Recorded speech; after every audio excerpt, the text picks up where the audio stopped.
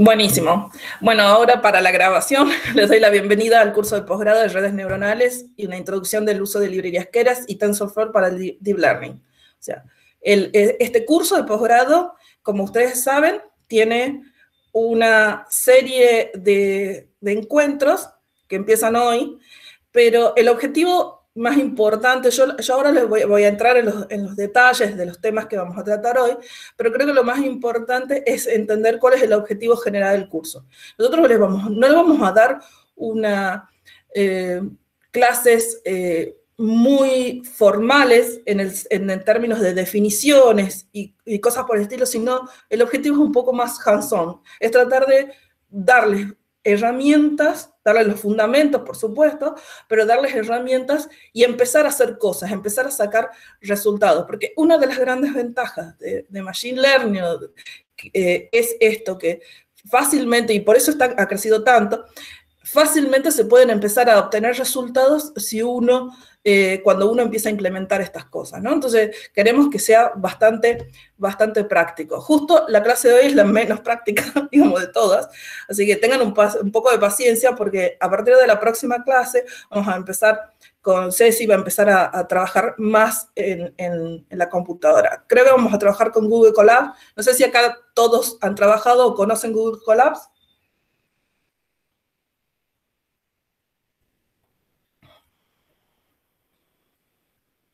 ¿Alguien ha trabajado con esa herramienta?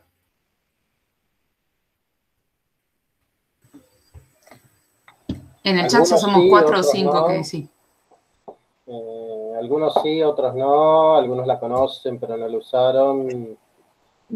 Bien. O sea, más o menos hay una gran porción que lo conoce. Bueno, van a ver que, o sea, aquellos que nunca lo han usado, van a ver que tiene una tasa de aprendizaje muy rápida, entonces van a ver que rápidamente van a poder sumarse, digamos, pasar a hacer cosas y tener resultados, que es lo que está bueno. Y otra cosa que es importante, y eso estaba dentro de los requisitos, es que tengan algo de programación, en particular en Python. Si no manejan Python, en esta clase, la de hoy, es la que, como digo, menos hands-on hay, pero estaría bueno que repasen o vean. Cecilia les dejó un link con información y les podemos pasar alguna link de nuestras clases anteriores para que vayan practicando un poco de Python. ¿Sí? Entonces, la clase de hoy básicamente es sobre fundamentos. Entonces, me parecía que estaba bueno empezar a trabajar, a entender un poco esto de las terminologías, porque yo lo que noto mucho es que todos son terminología, AI, ML, DL y así siguiendo, ¿no? Hay millones. Entonces, empecemos a trabajar, a entender un poco de qué van estas iniciales y qué significan, no solo en significado, sino qué impacto pueden tener de acuerdo a cómo las usemos y no lo hagamos tan así a la ligera, ¿no? O sea, primero definamos inteligencia artificial, machine learning, deep learning. Y lo primero que voy a decir es que no hay una única forma de definirlo, sobre todo inteligencia artificial, hay muchas definiciones, pero básicamente la inteligencia artificial es una área de las ciencias de la computación que lo que hace es crear máquinas inteligentes que piensen y reaccionen, que imiten el comportamiento humano, ¿sí? Machine Learning es un subset de técnicas de inteligencia artificial. O sea, en inteligencia artificial hay muchas otras cosas más que Machine Learning. Machine Learning es un subset de las técnicas de inteligencia artificial y lo que hace es usar métodos básicamente estadísticos y les dan ¿para qué? Para que aprenda la computadora, ¿no? O sea, tiene el sentido de que estas técnicas son, vamos a ir viendo algunas acá, a partir de las cuales van a aprender, ¿sí? Y Deep Learning es un subset, a su vez, de Machine Learning, que lo que hace es aprender también, pero usando redes neuronales artificiales en multicapas. Yo ahí les dejé un blog, ese blog que está ahí abajo, ese link que está ahí abajo, de donde saca este gráfico que me parecía que estaba bueno, pero está muy bueno el blog para que lean un poco sobre inteligencia artificial. Hay muchas hay muchas discusiones sobre qué es, qué no es inteligencia artificial, ¿no? Y más que qué es y qué no es, hasta dónde podemos llegar con la inteligencia artificial, ¿no? Hay muchos tipos de algoritmos disponibles para Machine Learning. Machine Learning, es decir, yo les dije que era un set de técnicas. ¿Qué técnicas podemos usar? Hay técnicas que son basadas en regresión lineal y logística, que son todas las que de algún modo nos dan a nosotros la posibilidad de, a partir de los datos, encontrar relaciones lineales, por eso es lineal, con los resultados, o sea, ajustar ahí y encontrar modelos, ¿sí? Tiene la gran ventaja que son muy fáciles de usar. Los que están acá seguramente en su vida profesional han hecho una regresión lineal, un ajuste de curvas lineales, cualquiera, ¿sí? Es difícil, el problema que tienen este tipo de técnicas o de algoritmos es que no pueden trabajar, por ejemplo, cosas que no lineales. El ejemplo es, por ejemplo, el caso de fluidos, el caso de que creo que trabajaba Lugo en su doctorado, son sistemas no lineales. La mayoría de los sistemas en la naturaleza no son lineales, entonces muchas veces no pueden captar esas no linealidades, digamos, no linearidades. Además, tienen otro problema, que es que tienden a hacer overfitting. Ya vamos a ver bien qué es overfitting. Muchos de acá deben conocer la terminología, pero suelen ser susceptibles al overfitting. Luego hay todo un grupo que son los algoritmos basados en árboles, ¿sí? En reglas y árboles, en realidad. Y entre esos están los árboles de decisión, random forest y gradient boosting. Los árboles de decisión, si hay alguien acá de ciencias de la computación, están muy acostumbrados a trabajar con árboles. Un árbol básicamente es una estructura de datos, una forma de estructurar los datos de tal modo que se van tomando decisiones, se van preguntando por qué rama de respuesta a esas preguntas se puede ir moviendo la información. Eso sería un árbol de decisión.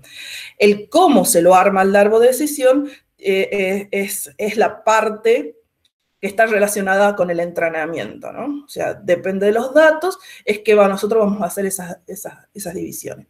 Random Forest lo que hace es, como dice la palabra forest, es armar una selva de árboles de decisión, y lo que hace es tratar de buscar el mejor árbol de decisión, ¿sí? Y Gradient Boosting también es una especie de árbol de decisión, pero es un poco más débil en cuanto a que es, digamos, ¿cómo le puedo decir? Está más pensado hacia tiende más a hacer overfitting, es decir, tiene más, es más, ahí dice hard examples, busca exactamente los ejemplos o los casos con los que nosotros hemos trabajado, con los que se ha ido entrenando, ¿sí? Pero tienen más performance, mejor performance. El problema de los árboles en general, todos los que son los algoritmos basados en árboles, son muy fáciles de entender, son muy fáciles de seguir, pero tienden a tener este problema del overfitting y no siempre pueden representar tipo de datos complejos. No quiero entrar en demasiados detalles, pero si quieren algunas cosas les puedo pasar después algunos papers sobre esto. Pero lo que nos convoca es lo que se llaman redes neuronales, ¿no? Son todos los algoritmos basados en redes neuronales, que lo que hacen es tratar de trabajar como una interconexión de neuronas artificiales, y en particular el Deep Learning lo que hace es hacer un stack de neuronas en capas que permiten manejar todos los tipos de no linealidades, todo tipo de datos o de sistemas complejos. Tienen muy buenas respuestas, pero es muy difícil analizar cómo realizan las predicciones, cómo hace el entrenamiento, cómo llega a los modelos, a los resultados, es muy difícil de explicar eso, tiene esta cuestión de que tiene como dos etapas, lo que es entrenamiento y lo que es testeo, o el uso en realidad.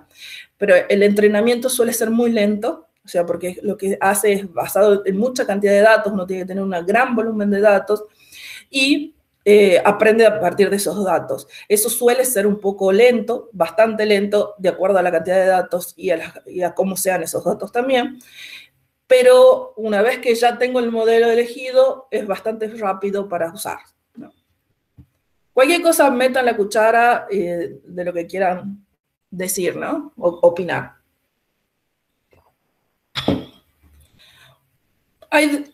Esto también es un poco del libro de texto. O sea, existen 4 modalidades de aprendizaje: el aprendizaje supervisado, no supervisado, semisupervisado y por refuerzo. El supervisado es cuando nosotros tenemos una función target, nosotros conocemos el resultado real y lo que hacemos es, a partir de datos etiquetados, podemos tratar de hacer regresiones o clasificación, pero sabemos cuál es el resultado que deberían dar, ¿sí? Eso significa que estén etiquetados. No supervisado es cuando son datos sin etiquetas. Por ejemplo, el típico caso son los agrupamientos, los clustering, todos los métodos de clustering que lo que usan es toman decisiones de cómo agrupar los datos sin que yo les diga qué significan esos datos, digamos, ni qué son, sin etiquetas.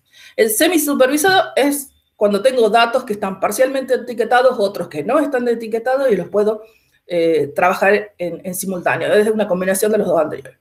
Y por refuerzo es cuando el método, la modalidad del método, lo que hace es aprende de su entorno y corrige mediante penalizaciones y recompensas. Esto está muy cercano al concepto de agente de inteligencia artificial, viene por ese lado.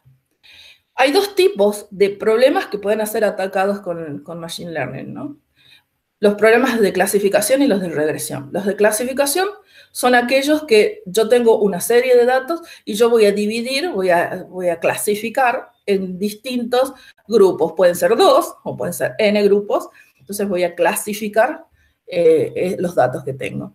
Y otro tipo de problemas son los problemas de regresión, que está relacionado con identificar valores reales o muchas veces pronosticar cómo van a ser los valores futuros de, por ejemplo, una serie de tiempo, que es, por ejemplo, lo que yo trabajo.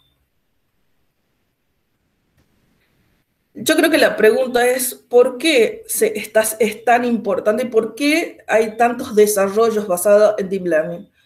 Y hay que recordar que todas las técnicas, muchas de las técnicas que nosotros usamos son métodos numéricos que vienen de hace muchos años, existen de hace muchos años. El concepto de red neuronal también es desde los años 50. Y la pregunta es, ¿por qué ahora? Y bueno, la respuesta está porque ahora tenemos datos disponibles. La gente entiende un poco más de datos, también yo eso quiero aclarar. O sea, hay mucho esfuerzo de las comunidades que generan datos en poner datos y metadatos de manera adecuada, ¿sí? Por eso estas colecciones de datos son muy fáciles de acceder hoy en día, y están distribuidas muchas veces, pero tienen un modelo de datos común y entonces es fácil de trabajar con ellos. Existe hardware que me permite hacer el training. Recién yo les dije que las redes neuronales tienen esta cosa de que cuando yo entreno es bastante lento, porque lo que tengo que hacer básicamente es aprender de un enorme conjunto de datos, y hoy en día existe hardware apropiado, entre esos los aceleradores como las GPUs, y existe la posibilidad de hacer paralelismo masivo, ¿no? En nuestro caso, esto es transparente, porque lo importante es el punto 3 que tienen ahí, es que hay software que nos viene en ayuda de cómo paralelizar y cómo manipular el Big Data. O sea, el 1 y el punto Big Data, tener muchos datos y tener buen hardware, no hacemos nada si no tenemos un software adecuado que nos permite trabajar de manera rápida con estas dos cosas, estos 2 puntos.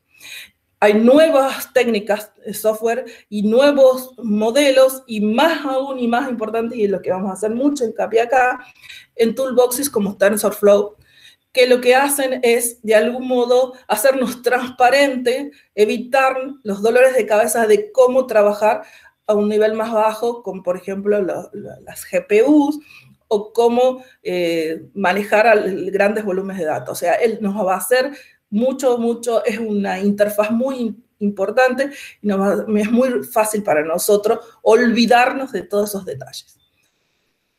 Además, hay una cosa que es muy importante, que es que la comunidad cada vez usa más Machine Learning, cada vez usa más Deep Learning en particular, que es de lo que se trata la clase de hoy. Y eso significa que los mismos algoritmos y las técnicas se van mejorando. Cuanto más uso y más campos de las ciencias aplican, o de la industria, o de cualquier otro lado, aplican y usan estos métodos, más fácil es que vayan madurando y vayan mejorando. Siempre, todo el tiempo están surgiendo nuevas variantes y nuevas combinaciones de métodos, ¿no?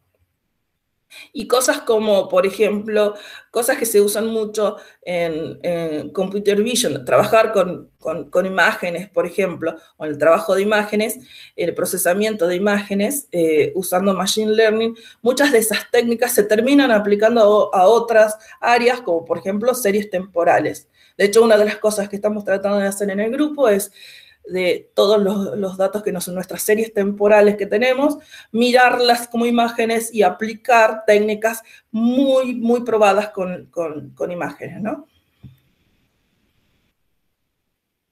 Bueno, la pregunta entonces, ¿por qué vamos a usar un poco Deep Learning y no Machine Learning? O sea, Machine Learning, yo lo que quería era, en este dibujito, que es muy conocido, si ustedes surfean por la web, no sé quién es el autor original de esto, por eso no lo puse ahí, pero esta imagen que está acá me parece que es muy representativa de la diferencia entre Machine Learning y Deep Learning.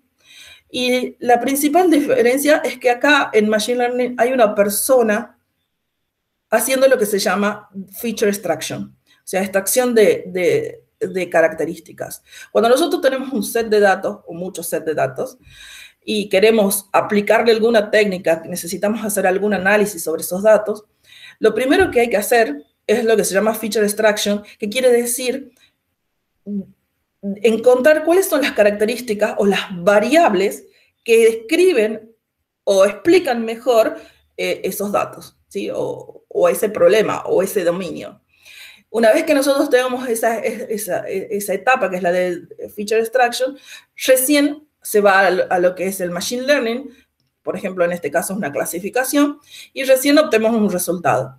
Pero este proceso, el de hacer la extracción de features, es bastante lento, es bastante complicado, no es fácilmente escalable. O sea, si yo quiero agregar una feature, no es fácil de escalar, es poco robustos, y no sé si algunos de ustedes tienen algún tipo de experiencia haciendo feature extraction, pero en mi caso, por ejemplo, significa, por ejemplo, hacer un PCA, un análisis de componentes principales sobre una serie de dimensiones, y tratar de bajar la dimensionalidad de un problema, y tratar de entender cosas, y después que en el medio del camino, cuando ya estábamos andando un poco, nos damos cuenta que no estábamos poniendo todas las features que correspondían, y teníamos que buscar más, y todo ese proceso es muy lento. Lo que acabo de decir, he metido todos estos conceptos juntos, porque, bueno, esto de tener que ir y volver y buscar otra feature más significa que escalar, buscar, agregar nuevas features es costoso, es difícil, porque hay que volver a hacer todo ese procesamiento, hay que tomar nuevamente decisiones cuáles son las features que mejor describen el problema, y recién empezar a pensar en la clasificación. O sea, es muy complejo, y además muchas veces recae en el conocimiento de la persona sobre el dominio. Entonces, hay algunas features que son estadísticas, que son fáciles de obtener, pero muchas dependen del conocimiento del dominio. Entonces, si una persona tiene un conocimiento limitado, significa que esas features van a ser limitadas y significa que nuestro problema no va a ser, nuestro machine learning no va a ser lo suficientemente robusto. Mientras que el deep learning lo que hace es sacarse de encima el trabajo de hacer la extracción de características. Entonces, yo lo que les doy al sistema es un gran volumen de datos y solo el deep learning es capaz de clasificar, es capaz de entender, encontrar cuáles son las características principales que explican mejor esos datos o las regularidades que hay en esos datos y a partir de eso clasificarlo. Entonces, nosotros, el deep learning en ese sentido es mucho más robusto en cuanto a la extracción de features. Después vamos a hacer algunos comentarios al respecto, porque una de las cosas que hay que tener en cuenta es que para que todo eso ocurra, tengo que tener un set de datos suficientemente representativo de todas esas características que quiero describir. O sea, eso en general, pero sobre todo en deep learning, escala la cantidad de datos que tenemos con mucho más que en machine learning, en las típicas, en las otras técnicas de machine learning. Además hay otro tema que tiene que ver con algunas features que son fácilmente reconocibles por el ser humano.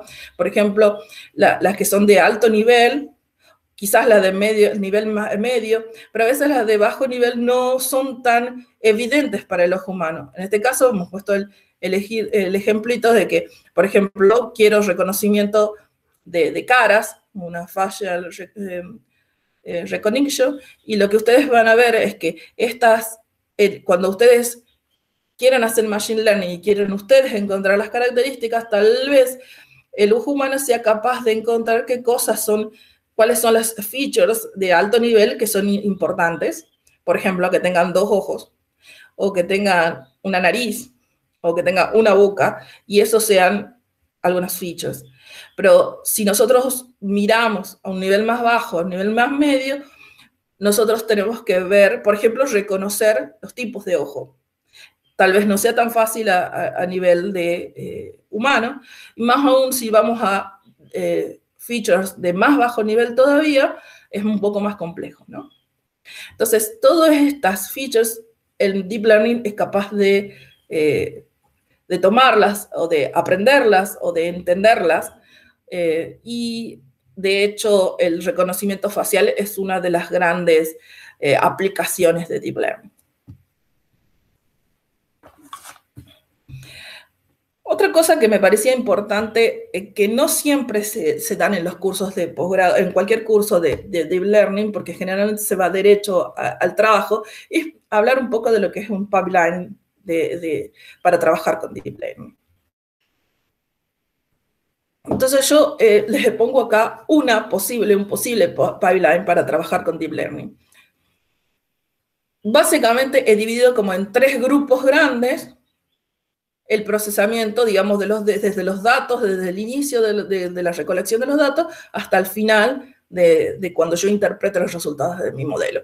Entonces, lo primero que se hace es hacer una recolección, la parte del trabajo con datos, de preparación de los datos, digamos, está acá. Esta es la parte realmente de hacer el deep learning, de trabajar con el modelo, de generar el modelo, y finalmente la etapa de interpretación. ¿Sí? Cuando yo hablé de recolección y preparación, acá yo lo que hice es dividir 2 cosas, porque muchas veces cuando uno empieza a trabajar con deep learning, usa bases de datos que ya existen, ¿no? Entonces, les pongo acá algunas lindas páginas para que si quieren explorar datasets para hacer pruebas con sus algoritmos. Entonces, es muy bueno, la comunidad es muy buena en este sentido, de poner a disposición todas estas bases de datos. Esta que está acá abajo es un repositorio que está muy bueno, que tienen un listado con links hacia bases de datos públicas de distintas especialidades. Así que por ahí pueden chusmear y ver qué es lo que les sirve. ¿Cuál es la ventaja de usar ya datos de set que están públicas y de base de datos? Que ya están preparadas para machine learning, ¿no? O sea, no hay que hacerle mucho, o sea, yo ya bajo los datos y empiezo a trabajar con mi análisis, empiezo a buscar mi modelo.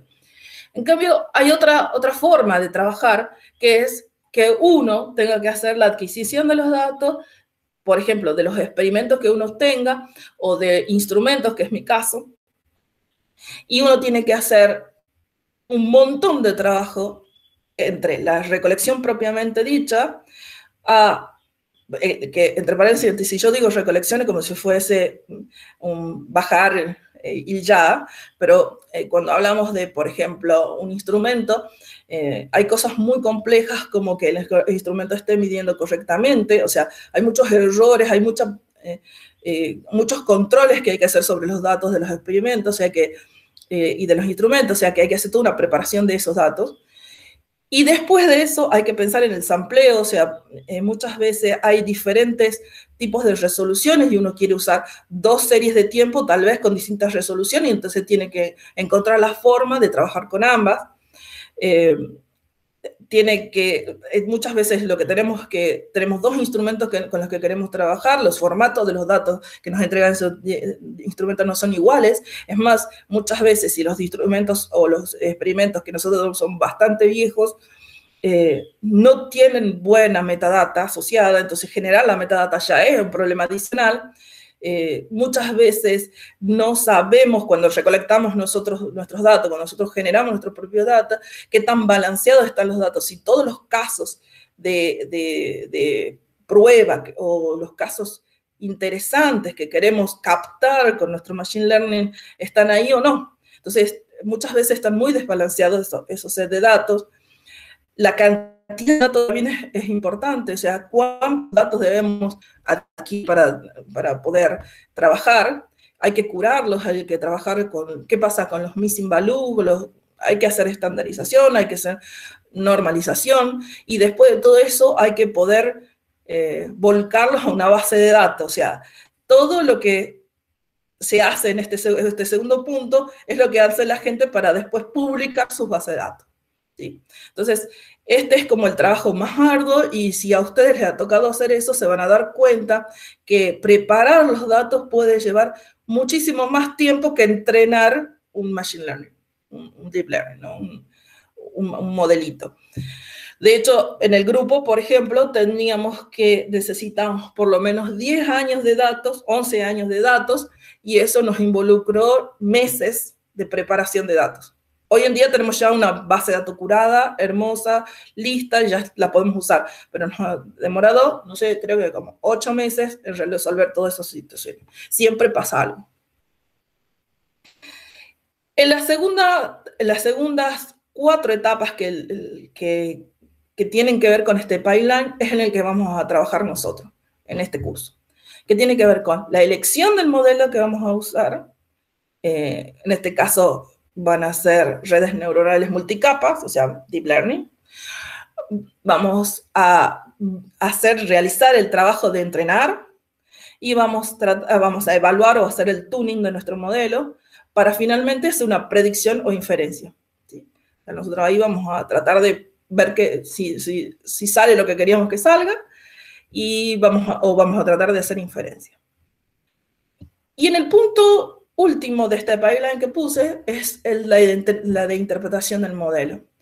Ahí es un gran tema hoy en día que tiene que ver con qué cosas son interpretables y qué cosas son explicables en Machine Learning, ¿no?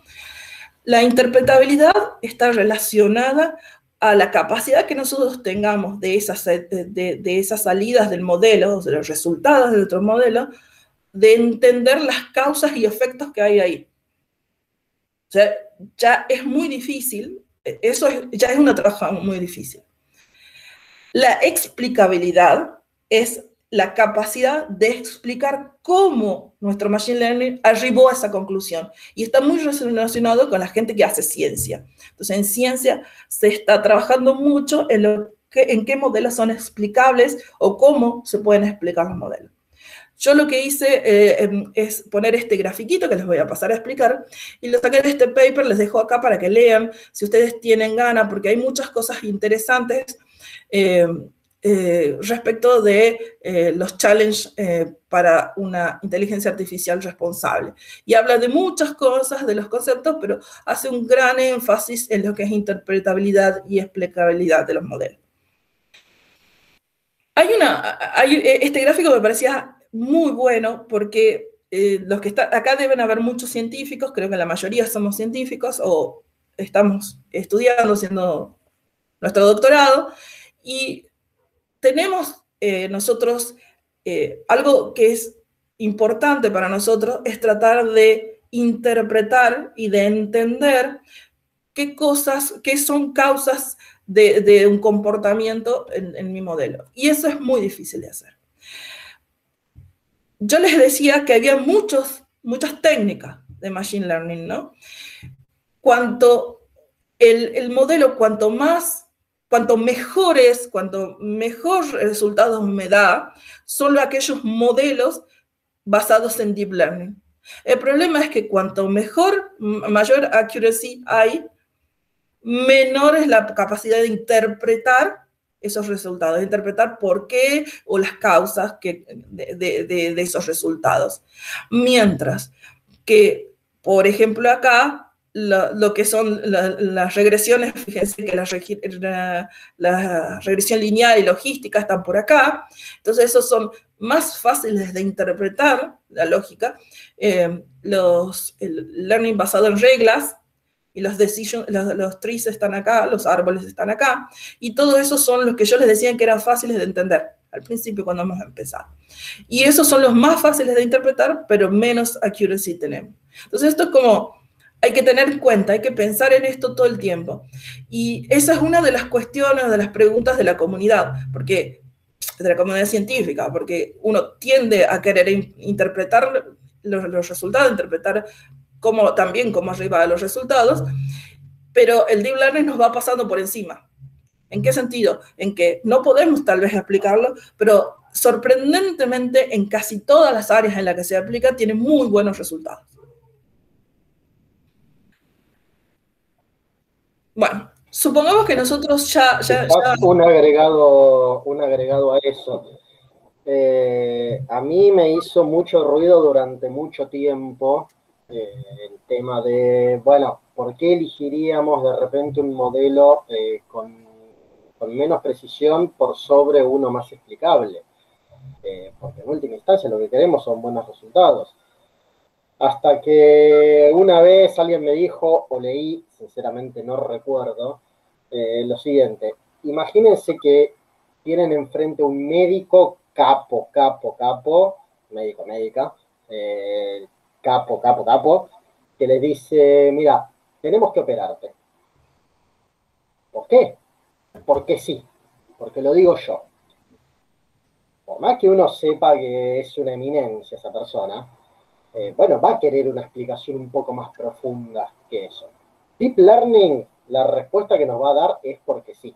Y a veces está bien, en general está bien, pero a veces, en ciertas circunstancias, en ciertas aplicaciones, uno quiere un poquito más de explicación de por qué.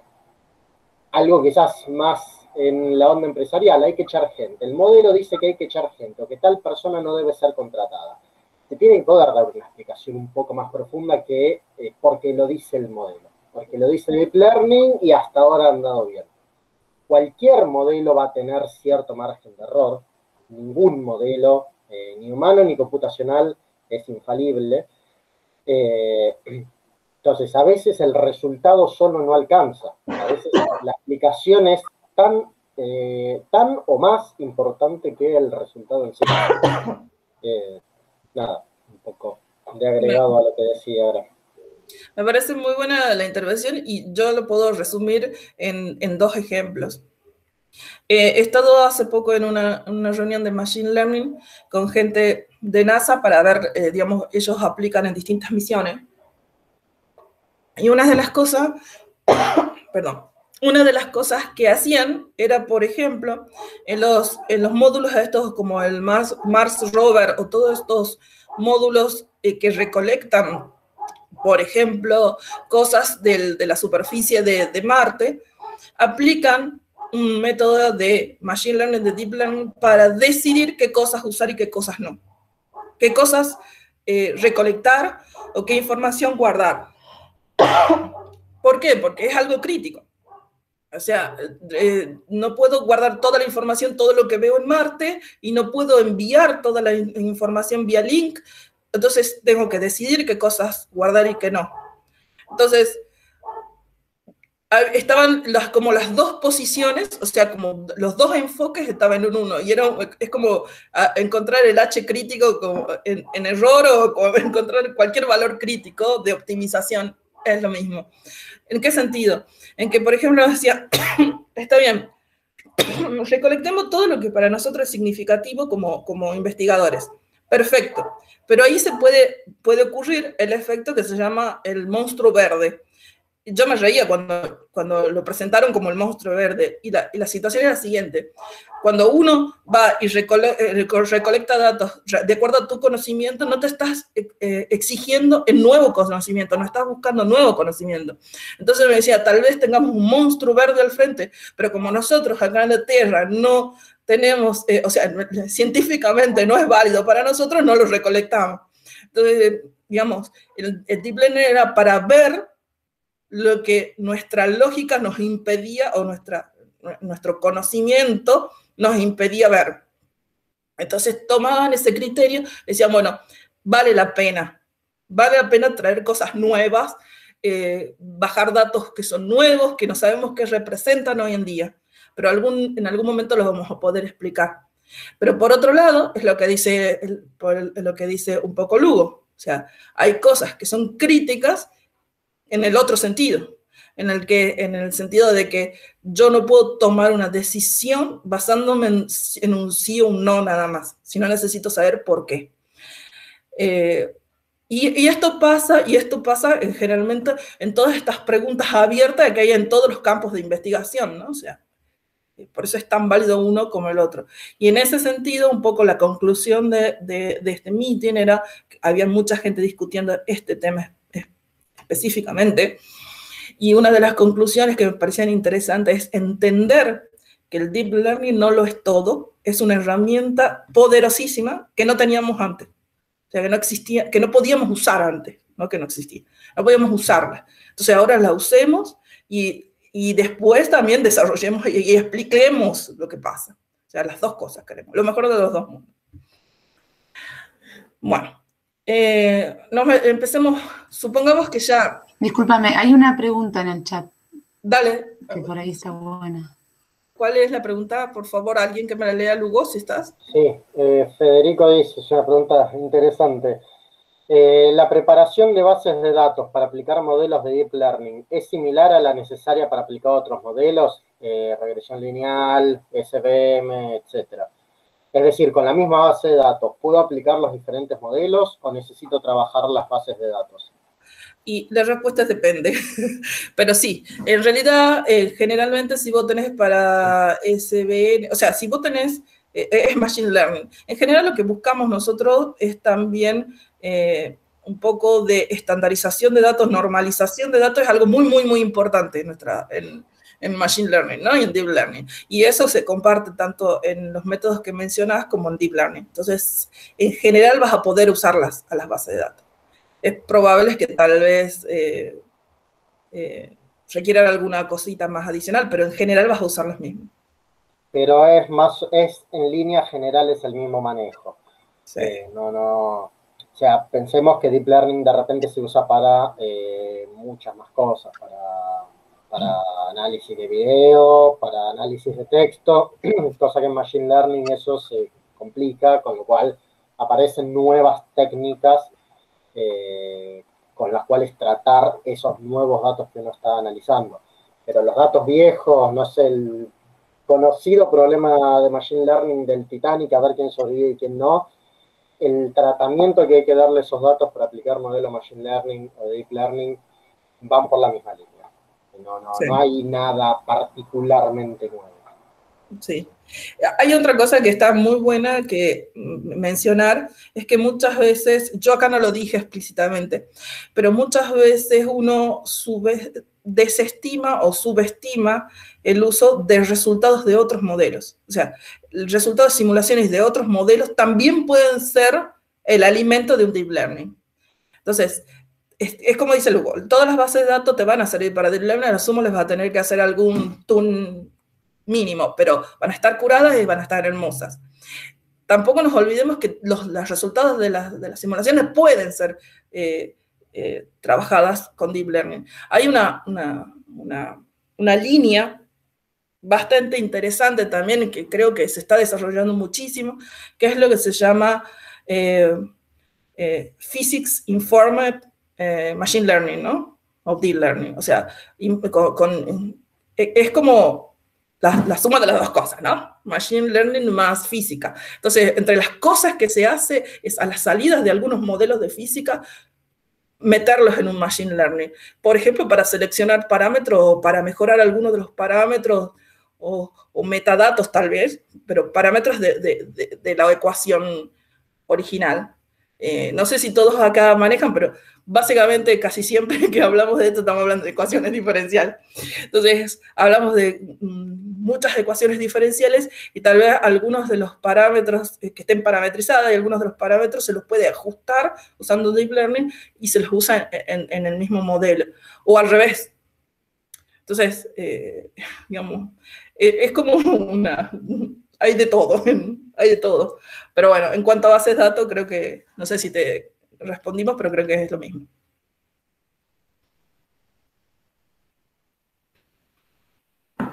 Bueno, no hay otra consulta, si no sigo con...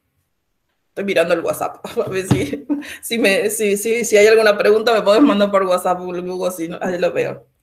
Bueno, entonces, empecemos a trabajar. Bueno, empecemos a ver qué cosas necesitamos hacer. Bueno, tenemos los datos, ¿no? Hemos llegado a hacer toda esa primera etapa que era tener la base de datos, bajar nuestros datasets, y ahora la pregunta es cómo empezamos a trabajar. Y lo primero que vamos a hacer es lo que se llama el data splitting, o dividir los datos, el conjunto de datos, en un conjunto de training, de validación y de testeo. Existe en realidad la posibilidad de hacerlo solamente con training y testing. Yo voy a explicar como la versión completa con training, validation y testing. El training set, voy a hacer dos aclaraciones. En principio, estas divisiones de los datos se puede hacer de manera aleatoria. Yo puedo elegir del conjunto de datos aquellos datos, aleatoriamente el sistema puede dejar que los elija aleatoriamente aquellos datos que van a ser training y cuáles van a ser testing. Lo único que tengo que decir es cuál es la división, cuántos datos quiero para training, cuántos quiero para testing o para validación. Pero hay otros casos, como el caso de las series temporales, donde hay una dependencia de un dato respecto de un dato anterior. Eso es una serie de tiempo. Entonces, ahí es muy probable que debamos decirles nosotros, le damos un rango, pero nosotros digamos en tiempo, le demos un rango de datos para el testing, y lo que queda a continuación sea para testing. Training y testing. Entonces, nosotros es como otro enfoque. Pero en principio es aleatorio. La elección, se eligen aleatoriamente cuáles van a ser para el training. Los datos de training son los que vamos a usar, son los datos desde los que va a aprender el sistema, desde lo que va a aprender el machine learning. Los de validación son como un set de testeo, es un set que no se usa para entrenamiento, pero lo que se hace es ir eligiendo, nos permite ir mirando online cómo va yéndole al modelo y ajustando los hiperparámetros, ¿sí? Entonces nos ayuda a evaluar que también se va entrenando nuestro modelo. ¿Qué son los hiperparámetros? Yo ahí yo dejé muy de texto para que les quede, pero básicamente los hiperparámetros son variables de la estructura de nuestro deep learning o de nuestro machine learning. O sea, por ejemplo, una variable podría ser la cantidad de capas que tiene, ¿no? El dropout también puse de ejemplo, que ya lo vamos a explicar más enseguida en un ratito. También otras variables pueden ser el learning rate, que también voy a explicar más adelante. Pero básicamente los hiperparámetros no dependen de los datos. ¿Sí? O sea, no aprenden de los datos, sino que se setean antes de empezar el training, y una vez seteado, yo consigo con esos valores de hiperparámetro un modelo. Entonces, lo que se hace es ir validando y cambiando y decidiendo qué hiperparámetro, qué cantidad de capa es mejor, qué cantidad de... cuál es el valor del learning rate mejor para nuestro modelo, así que se tunea el modelo a través del validation set. Una vez que nosotros ya tengamos nuestro modelo entrenado, lo que vamos a hacer es ver qué tan bueno es nuestro modelo respecto a datos nuevos. O sea, cómo se comporta cuando lo alimente con datos nuevos. Entonces, para testear al final de todo, lo que vamos a hacer es usar el set de testing, o el conjunto de datos de test, de prueba, para ver qué tan lejos, tan cerca está de haber, de haberle pegado con el modelo a esos datos, ¿no? Entonces, son para al final de todo, hacer el control final de todo. Quiero hacer una aclaración antes de continuar, y es que van a ver que yo he tratado con lo mejor posible de traducirles, de ponerles los conceptos en español, porque me ha tocado leer algunos libros en español bastante mal traducidos, y a veces uno no encuentra los mismos nombres, pero bueno, van a ver una mezcla de inglés y español, sepan disculpar eso, pero bueno, eso nada más, ¿sí? Bueno, ya hemos dividido, tenemos el training set, tenemos un set para validar y un set para testear nuestro modelo. Empecemos a tratar de entrenar. Entonces, como habíamos dicho, en la siguiente etapa, lo que yo tengo que hacer es elegir un modelo. Nosotros vamos a elegir redes neuronales porque es de lo que se trata el curso. Así que ya está elegido. ¿Qué son las redes neuronales artificiales? Una red neuronal es un modelo que es basado en datos. O sea, las redes neuronales son modelos basados en datos. O sea, aprenden de los datos, y esto ya lo sabemos. Han sido inspiradas en las redes neuronales cerebradas, es una inspiración nada más, ¿sí? Como unidades interconectadas, ¿no? Lo que tienen de bueno es que pueden prácticamente atacar cualquier tipo de problema, y había puesto yo como ejemplo reconocimiento facial, reconocimiento de escritura, el pronóstico de clima espacial, que es lo que yo hago, y así en cualquiera de los otros ámbitos, y cada vez más campos lo usan. Es un modelo de caja negra basado en la composición de neuronas interconectadas. ¿Qué quiero decir con basada en caja negra? Que es lo que yo les decíamos recién. No sé explicar, no puedo entender cómo arriba a esas conclusiones, simplemente les doy datos de entrada y me dan datos de salida. Eso es una caja negra, ¿sí? Entonces, una red neuronal, una sola neurona artificial, básicamente está compuesta por una serie de entradas, valores de entrada, un bias, ¿sí? Acá dentro hay dos operaciones, una operación que es una combinación lineal, y otra que es una función que ya vamos a ver, función de activación, que lo que hace es introducir algunas capacidades para atacar problemas no lineales, y me da una salida. Si yo a cada una de estas unidades que están acá las interconecto, voy a tener lo que tengo una red neuronal como la que está acá. Estas son las 3 entradas que alimentan a cada una de estas capas, de esta capa que es una hidden layer o capa intermedia, y a su vez estas producen en combinación 2 salidas, ¿sí? Ya vamos a hacer detalles de todo esto.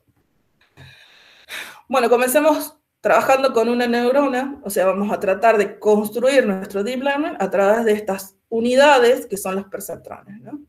Entonces, ¿qué es un perceptrón? Es una sola neurona, y esa neurona simple lo que hace es tener una serie de inputs, de valores.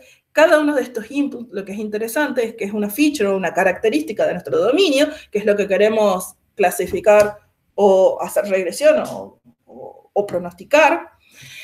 Y cada una de estas entradas entra a una etapa que realiza una combinación lineal de cada una de estas etapas con diferentes valores de peso o ponderaciones de qué tan importante es cada uno de estas features. Entonces, estos pesos, el W1, W2, WM, para varias entradas, estos pesos van a ser encontrar estos pesos es el objetivo del entrenamiento. Porque al final lo que yo voy a tener es qué valores para W1, 2 y hasta M son los adecuados para producir la salida que yo quiero. Esta es mi salida objetivo, ¿no? Y entonces, en esta primera etapa, que son las de entrada, cada uno de estos se ajusta, se realiza una suma, una combinación lineal, y en esa suma, que es en esta etapa, que es la capa oculta de mi neurona, lo que yo voy a hacer es, a esa combinación lineal, meterla en lo que se llama una función de activación. Esa función de activación es no lineal. ¿Puede ser lineal? Sí, puede ser lineal, aclaro. Pero sabemos todos que nos interesa lo que no es lineal, que es la mayoría de las cosas que pasan en la naturaleza. Y a este peso, no me olvidé de decirle acá, en la combinación lineal también le sumamos un bias, que es un término de ajuste. Ya vamos a ir trabajando un poco con el bias. Y a esta función de activación, finalmente, al salir de esta función, vamos a tener el resultado. Acá están las ecuaciones. O sea, básicamente tengo una combinación lineal entre las entradas y los pesos, le sumo el bias y lo mando todo a una función de activación. ¿Sí? Entonces, esa función de activación es la que me va a dar la parte no lineal. Una nueva forma de escritura, o sea, de nomenclatura, es pensarlo como si fuese matricialmente. O sea, simplifiquemos la nomenclatura y a X lo vemos como un vector que tiene todas las entradas y omega W es un vector de los pesos. ¿Sí? Hablemos un poquito más de esto que pasa acá en el medio, de las cosas que pasan adentro. ¿Qué ganamos o qué sucede acá? Vamos a hablar de lo que se llama la función de activación. Las funciones de activación son las que me va a permitir en que el modelo me dé respuestas relacionadas con comportamientos de mis datos no lineales. O sea, supongamos que si yo uso una función lineal de activación, lo que va a hacer es dividirme el plano que yo tengo en dos hiperplanos divididos por una recta. O sea, básicamente es lo que hace. Y entonces me cataloga los datos en lo que están por arriba o por abajo de esa línea, ¿no?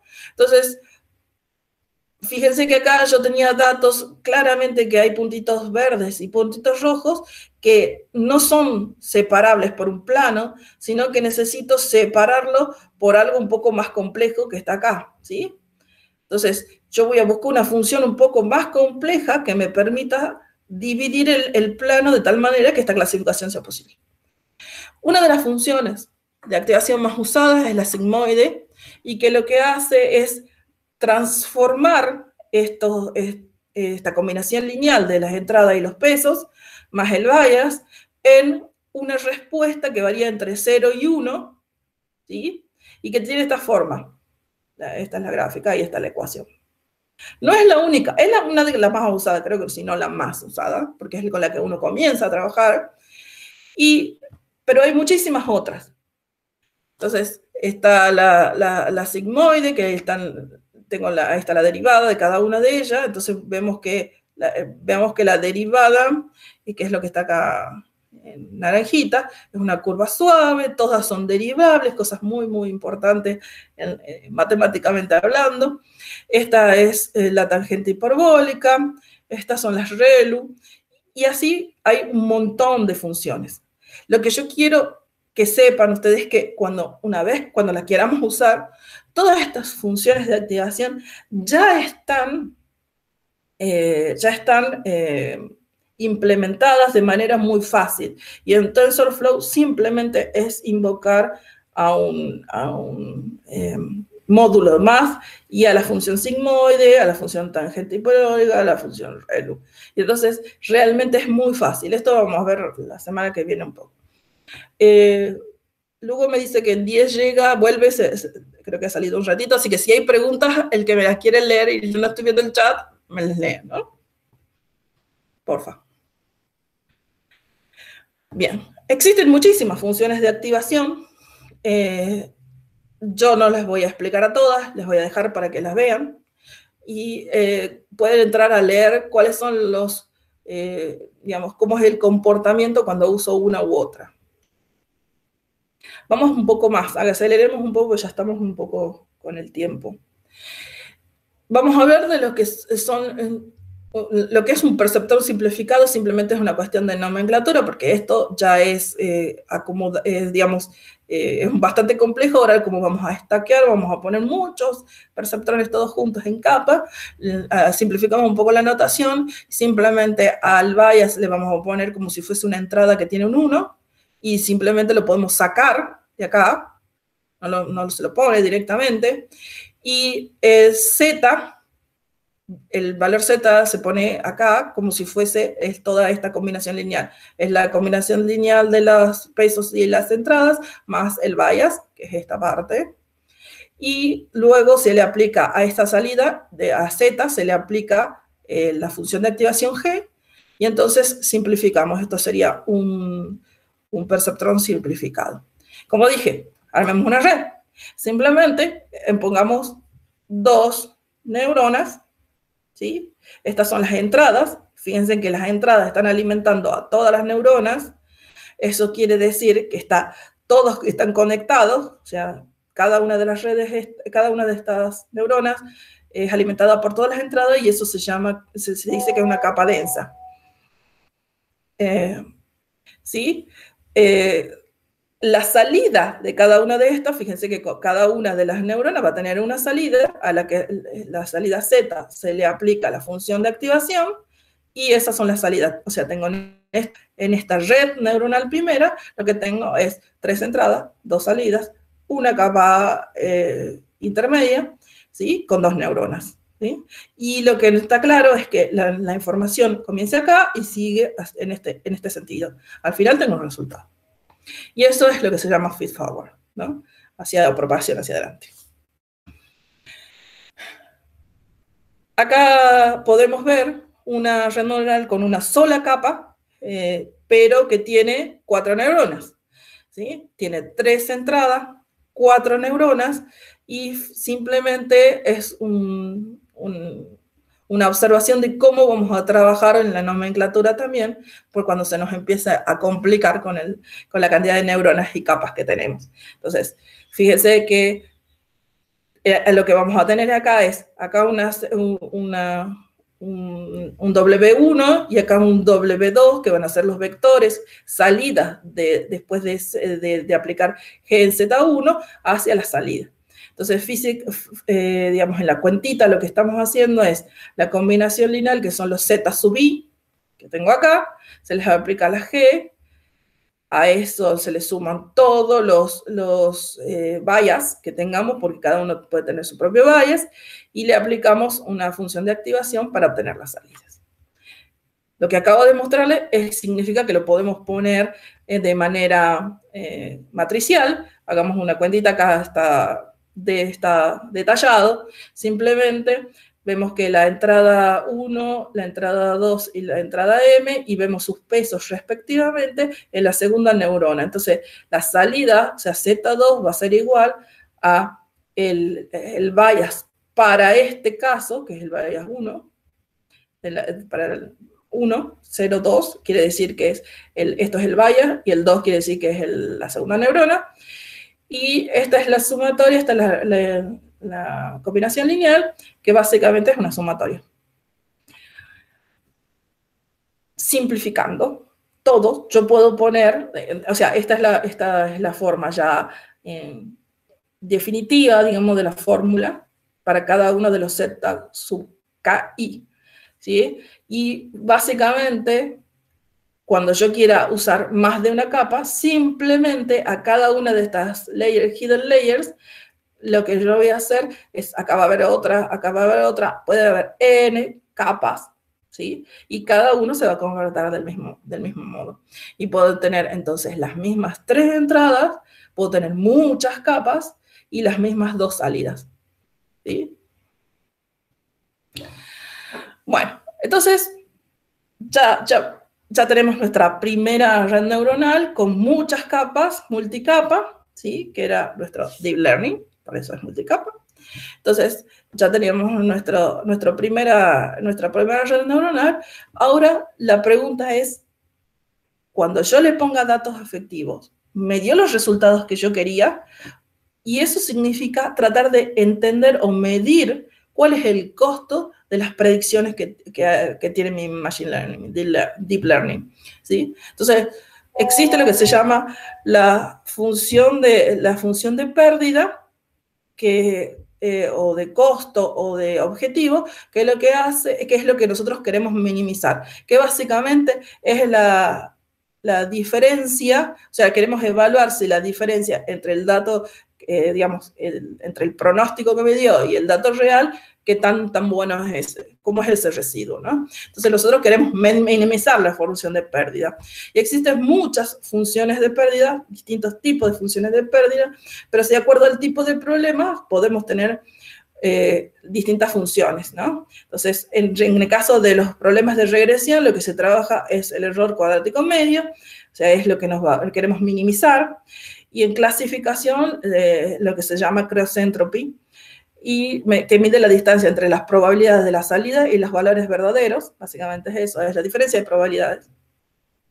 Y nosotros queremos que sean cercanos a cero. Vemos acá 2 ejemplos de cómo se calculan esas funciones de costo, ¿no? Esas 2 funciones de pérdida. Lo que yo quiero hacer ahora es que el valor actual, o sea, la salida, acá al final, yo lo que quiero es que el valor actual menos el predecido elevado al cuadrado y la combinación lineal de todo eso, o sea, la suma de todo eso dividida en la cantidad de elementos que tenga, es lo que vamos a llamar mean square error, ¿no? Entonces, esto se usa para, básicamente, cuando las salidas son números reales. Cuando las salidas son probabilidades que varían entre 0 y 1, lo que se usa es lo que se llama cross entropy. La binary cross entropy es una casa especial donde, digamos, la salida es 0 o 1, digamos. Pero en la cross entropy se calcula de la siguiente manera, o sea, el valor predecido, el log, también se llama log loss, van a encontrar así, ¿no? El valor actual, o sea, es la sumatoria del valor actual por el logaritmo del predecido, el valor predecido, más 1 menos el valor actual. El valor actual quiere decir el valor real, por el log de 1 menos el predecido. Hacemos esa cuentita y ya hemos calculado la cross entropy. Nosotros vamos a ver que con una línea en Keras es todo. Hay muchas funciones de pérdida, yo les dejo acá, les dejo el link para que los vean. Hay muchísimos tipos y se usan para distintos casos, ¿no? ¿Qué significa entrenar? O sea, lo que hemos hecho recién es decir, bueno, yo necesito ver cuánta es la distancia entre el valor que debería dar y el que me ha dado al final del modelito. Entonces, esa diferencia es lo que acabamos de analizar con la función de pérdida. Lo que yo quiero al entrenar es mejorar, es optimizar esa función de pérdida, ¿sí?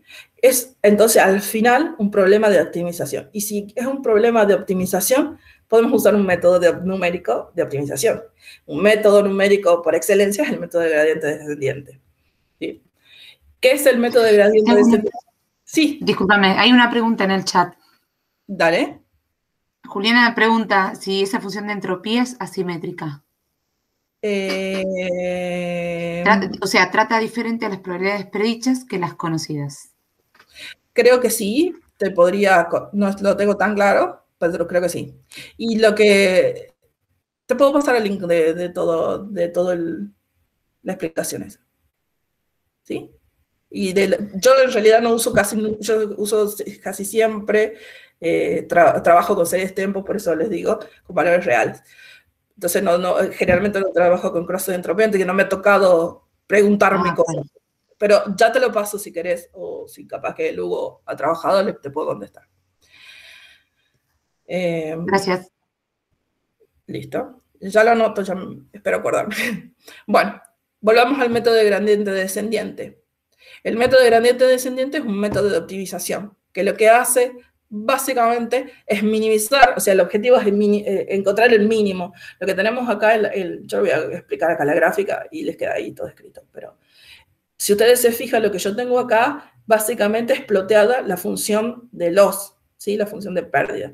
Entonces, lo que yo quiero hacer es pararme en un punto aleatorio, cualquiera sea, y lo que se hace es ir caminando de pasos en pasos hasta que buscamos el valor mínimo. O sea, yo quiero alcanzar el mínimo, porque este valor mínimo representa la mínima pérdida. Entonces, cuando yo llegue acá, yo lo que voy a tener son los valores de los pesos que hacen que esa pérdida sea mínima. Eso significa. Entonces, ¿cómo es el algoritmo? Es sumamente sencillo. Se inicia en una variable, en una posición aleatoria X, y mientras no converge, lo que hago es moverme con el gradiente, ¿no? Entonces, a la posición actual le voy a restar un tamaño de paso por el gradiente de la función. Muy sencillo. Yo lo que hice es ir a Python, y si ustedes no se acuerdan mucho, no están tan cancheros con Python, les sugiero que lo apliquen, porque, digamos, hagan esta cuentita, hagan este pequeño código y jueguen un poco para que se acuerden, para que, digamos, un poco de Python, ¿no? Entonces, yo hice una versión naive en Python. Entonces, es una función que se llama gradiente descendiente, que recibe el gradiente, o sea, el gradiente es en este caso, estoy trabajando en 2D, entonces es la derivada de la función, el inicio, el valor de inicio, el punto inicial, el learning rate, que ya voy a hablar, la cantidad de iteraciones máxima y la tolerancia. Y entonces acá me voy a parar 2 segundos para que entendamos por qué pongo esto. O sea, nosotros, acá en este gráfico, este es el punto inicial, y lo que ha hecho el gradiente es ir hacia abajo, ¿ven? Y ven que el paso va cambiando, el paso va acercándose al mínimo, ¿sí? ¿Qué pasa si yo voy muy lento y demoro mucho? Significa que tal vez no es un buen valor de paso con el que me estoy caminando. Entonces, necesito cortar la iteración en algún lado. Entonces, yo digo, más de 50 iteraciones, yo digo que no converge en mi método. Y la tolerancia quiere decir que, en realidad, nosotros no estamos buscando el óptimo, no estamos buscando el mínimo, estamos buscando un valor casi mínimo. O sea, si la tolerancia es 10 a la menos 6, como está acá, lo que me está diciendo es que para mí, cuando llegue a un número más chico o igual a este, ya alcanzó para mí, es suficientemente mínimo para mí. En términos de Machine Learning, significa que es tan chico el error, digamos, entre las entradas, digamos, perdón, el valor de las salidas verdadero y el que me ha dado mi modelo está en este orden. Eso significa. Entonces, lo que hace es comenzar a iterar, ¿sí? Entre las iteraciones, y lo que hace es, en este caso, bueno, estoy calculando el learning rate, y el gradiente del learning rate es el paso, que es el tamaño, cuánto quiero que camine, y lo que hago acá es restarle, ¿no? O sea, al vector, al valor inicial, a la posición inicial, le resto, digamos, esa cuentita. Y ahí hay un link de donde saqué todo esto, los grafiquitos. Y lo que me quería hacer hincapié con esta diapo, básicamente, es en qué es el learning rate y qué tanto cambia o qué tanto es importante. Entonces, lo que hice simplemente es imprimir por pantalla el resultado de hacer gradiente descendiente de una función. Esta es la derivada de esta función, ¿no? O sea, de esta parábola. Es b cuadrado, entonces la derivada es 2 por b. Y le pongo como punto inicial el número 10, el valor 10, y un learning rate de 0.2. Y yo, sin saber mucho más y sin entender mucho más, aprieto Enter y me sale este valor que está en el orden de la tolerancia que nosotros queríamos, y entonces yo sé que llegó y que está todo bien. ¿Qué pasa si el learning rate es 0.8? Recordemos que era el learning rate, es el tamaño del paso, es cuánto puede caminar, qué tan chico o tan grande quiero que sea el paso, ¿no? Y entonces nos va a dar, si aprietan Enter acá, nos va a dar otro valor que también está en el mismo rango. Entonces, la pregunta es, ¿qué ha cambiado entre uno y otro? Entonces, lo que ha cambiado en realidad es la forma en la que ha llegado al mínimo. O sea, lo que ha pasado es que, como ha aceptado un paso muy grande, bueno, en este caso va achicando los pasos, pero lo que ha hecho es que ha caminado mucho y me está oscilando y está saltando mucho hasta que llegue. O sea, el learning rate no solo es qué tan rápido, qué tan lento camina, sino me está diciendo cómo lo está haciendo, y esto puede estar asociado a problemas futuros. ¿Y cuáles son los problemas futuros? Es que no tenga una función fácil o que tenga un solo mínimo, sino tenga muchos mínimos locales. Entonces, de acuerdo a cómo yo lo planteé, si el paso es muy grande, puede ocurrir que se vaya a este otro mínimo, acá empezó acá, hizo así, y se fue a este mínimo, en vez de irse a este otro. Entonces, es como que uno de los problemas es que se queda tildado o se queda dando vuelta en los mínimos locales. Entonces, podríamos pensar, bueno, bajemos el tamaño del learning rate y entonces vamos a tener pasos más chicos y creo que vamos a llegar al mínimo. Tener más pasos más chicos significa más iteraciones, quiere decir más lento, ¿no? O sea, queremos todo, nosotros queremos ir rápido y al mínimo global. Eso es lo que queremos, es el objetivo.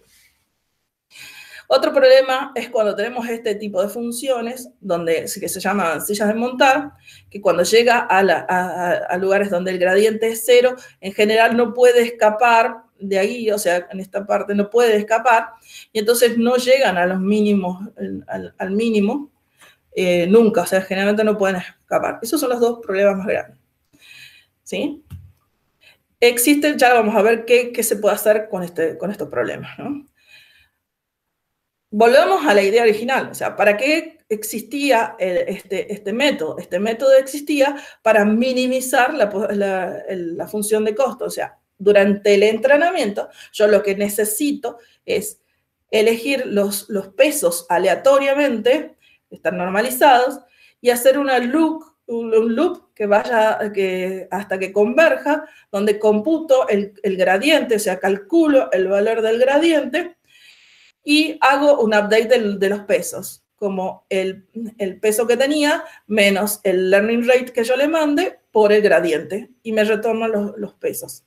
Entonces, lo que me va a devolver al final del gradiente, cuáles son los valores, los pesos que minimizan esta función de pérdida. Voy a hacer una observación más acá, y es que este cálculo, calcular todas estas derivadas parciales puede ser muy, muy costosa.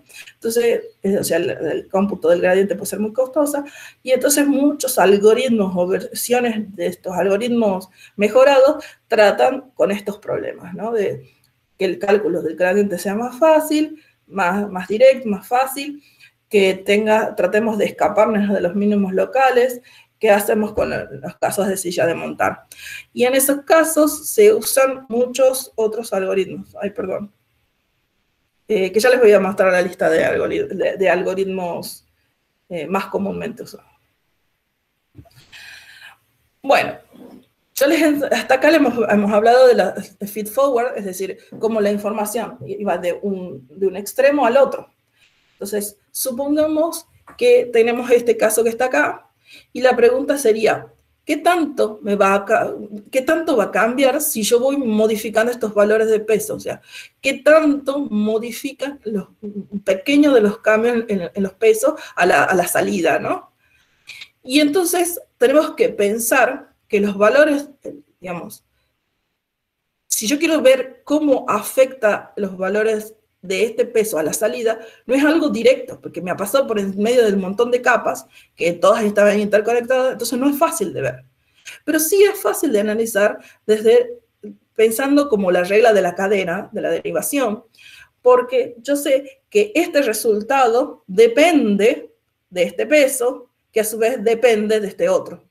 Entonces, el cambio, la tasa de cambio respecto de este peso del primero, de la salida respecto del primero, en realidad es pasando por la solución multiplicado por la derivada de esta solución respecto de Z1, porque pasó por el peso este W2, y la derivada de Z1 respecto del peso 1. Entonces, esta es la forma de calcular cuánto importa o cuánto, que un cambio en este peso tenga sobre el resultado. Esto lo vamos a hacer en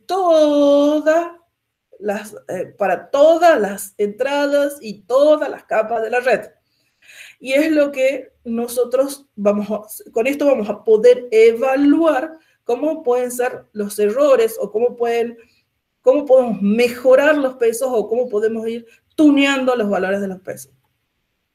Nosotros no, la red. ¿Sí? Y entonces, para eso existe el concepto de backpropagation. Entonces, lo que se hace es hacer todos los cálculos, en este caso, fíjense, tengo dos capas ocultas, ¿sí? Dos capas ocultas, y tengo, tres, y una salida. Y entonces, lo que yo voy a hacer es, voy a ir hacia adelante, voy a calcular el resultado, y una vez que yo calculo el resultado, voy a ir calculando cuánto impacta cada una de los pesos por cada una de las capas, por todos lados, ¿sí? Entonces, eso es, y una vez que tenga ahí, ajusto. Entonces, es un método iterativo que lo que vas a hacer es ir cambiando los valores de los pesos hasta que consiga aquellos que me dé mínimo el error final, o la pérdida, ¿no? La función de pérdida. Minimiza la función de pérdida. Esto que acabo de explicarles es lo que se llama como backpropagation y es lo esencial acá. Como nosotros no somos los que tunemos los pesos, sino que esto se realiza el entrenamiento. El entrenamiento es esto, o sea, lo que hace el sistema es esto. ¿Sí? Perdón, sí. Quiero agregar dos cositas. Sí. Primero, la lógica de backpropagation, a ver, es un poco obvio quizás lo que hace, en última instancia, pero la lógica, el poder de backpropagation, que es un método, un desarrollo, un algoritmo que se hizo en la década de los 80, es poder cambiar todo medio a la vez. O sea, convirtió un problema que de repente había que resolver ecuación por ecuación a simplemente una cuestión matricial, multiplicar matrices, cambiar todos los parámetros a la vez. Eso es lo que le dio el poder a ese algoritmo, que permitió que fuese muchísimo más rápido que lo que podía llegar a existir antes.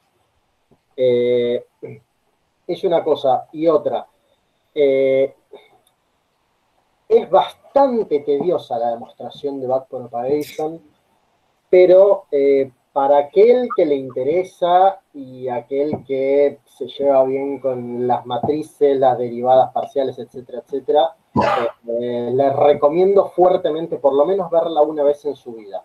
Les podemos pasar después un link donde está toda la demostración, o casi toda la demostración, no es tan sencilla de encontrar.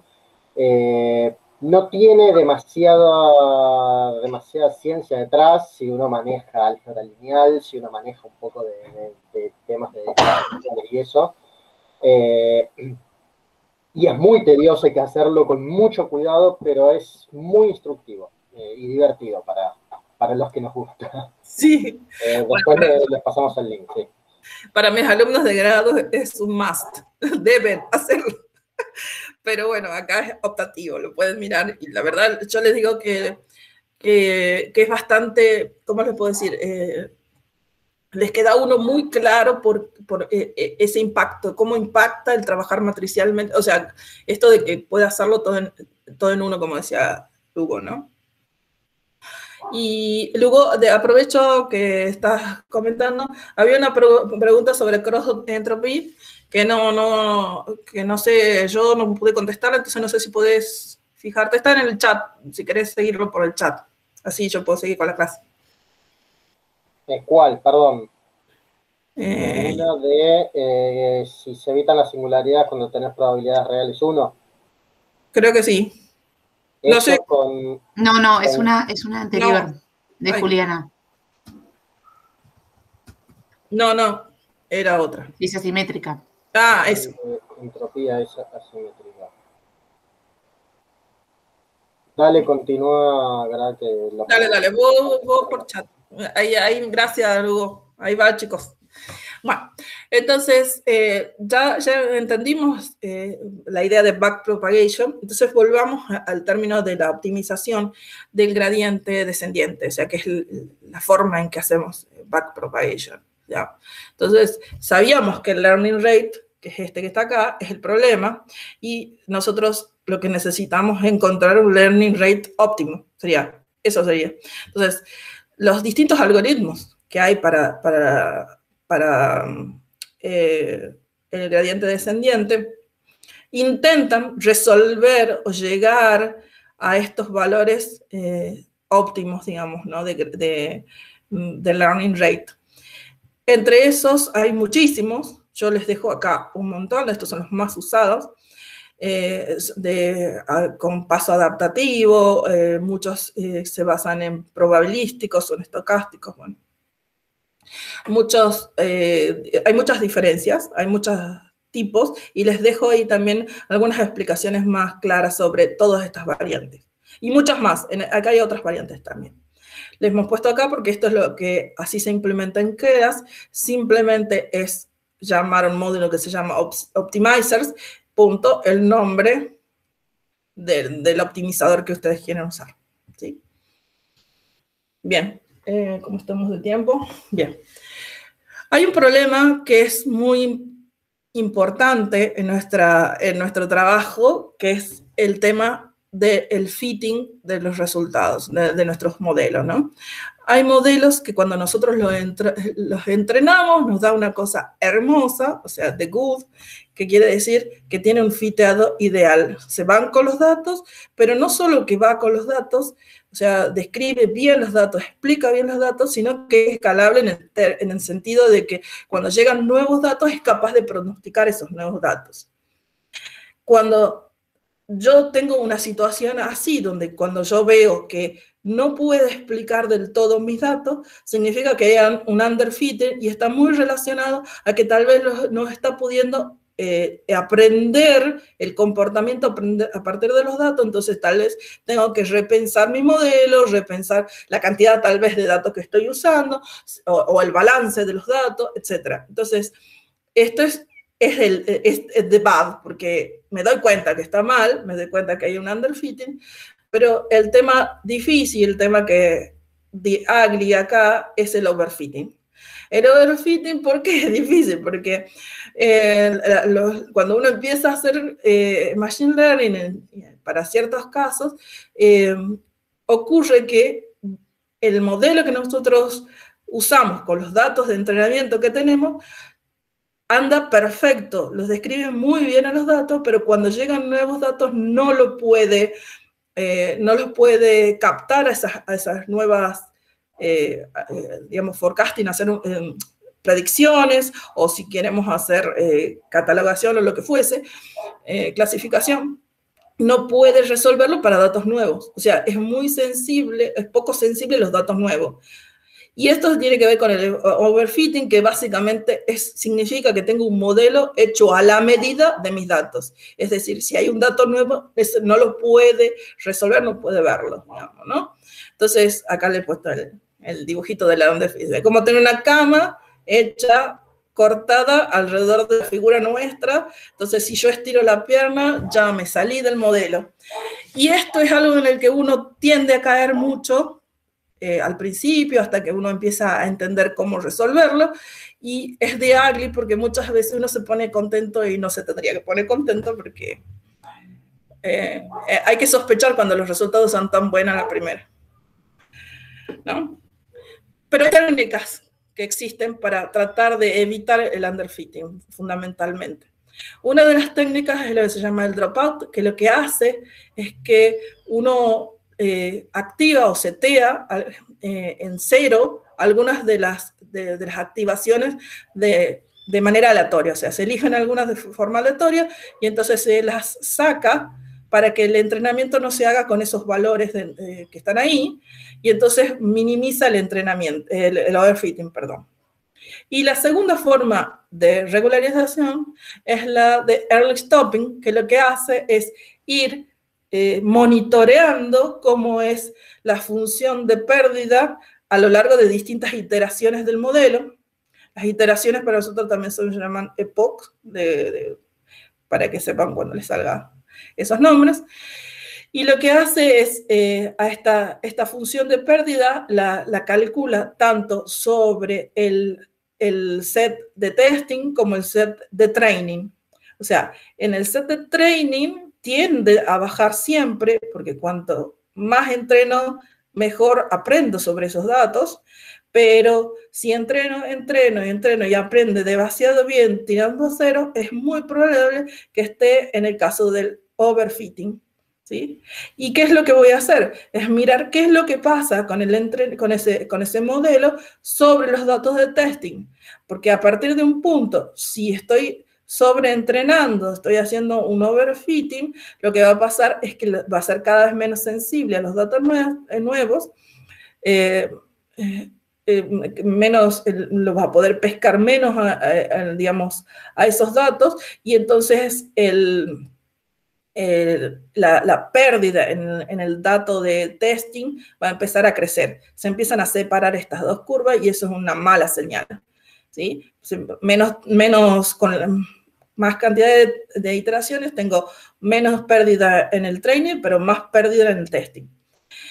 Y al principio de todo, cuando yo empiezo a entrenar, estas dos curvas están bastante separadas, entonces están en una condición de underfitting. Hay un valor clave al partir del cual se empieza a disparar esta curva, y es que nosotros llamamos el lugar, el crítico, donde vamos a poder dejar de entrenar. O sea, venía bárbaro, hasta que acá ya empezó a despegar, y entonces acá es el early stopping, acaba de parar de entrenar, ¿sí? Y creo que estoy en horario. Con esto, básicamente y en resumen, lo que hemos hecho es dar los fundamentos. Esto es muy introductorio de lo que es un perceptrón, las redes neuronales y lo que significa aprender acá, el aprendizaje. Entonces, quiero que estos conceptos que están puestos acá se lleven como puntos importantes. El perceptrón lo veo como una unidad estructural de mi deep learning. Lo importante es que tienen funciones de activaciones no lineales, es la parte que nos deja trabajar con características no lineales de nuestros sistemas. Las redes neuronales, a su vez, son conjuntos de perceptrones interconectados, y básicamente el objetivo es optimizar vía backpropagation los pesos, encontrar los pesos que me den el menor error. Y aprendizaje en la práctica, yo tengo que tener en cuenta dos cosas importantes. Los algoritmos que yo usé, en este caso para el gradiente descendiente, por ejemplo, pero todos los algoritmos también con los que vamos a trabajar. Ya más adelante vamos a ver distintos tipos de deep learning. Y la regularización, que son estas técnicas que yo tengo para evitar el overfitting. Y creo que con eso estaríamos como cerrando la clasecita de hoy con las preguntas que quieran hacer.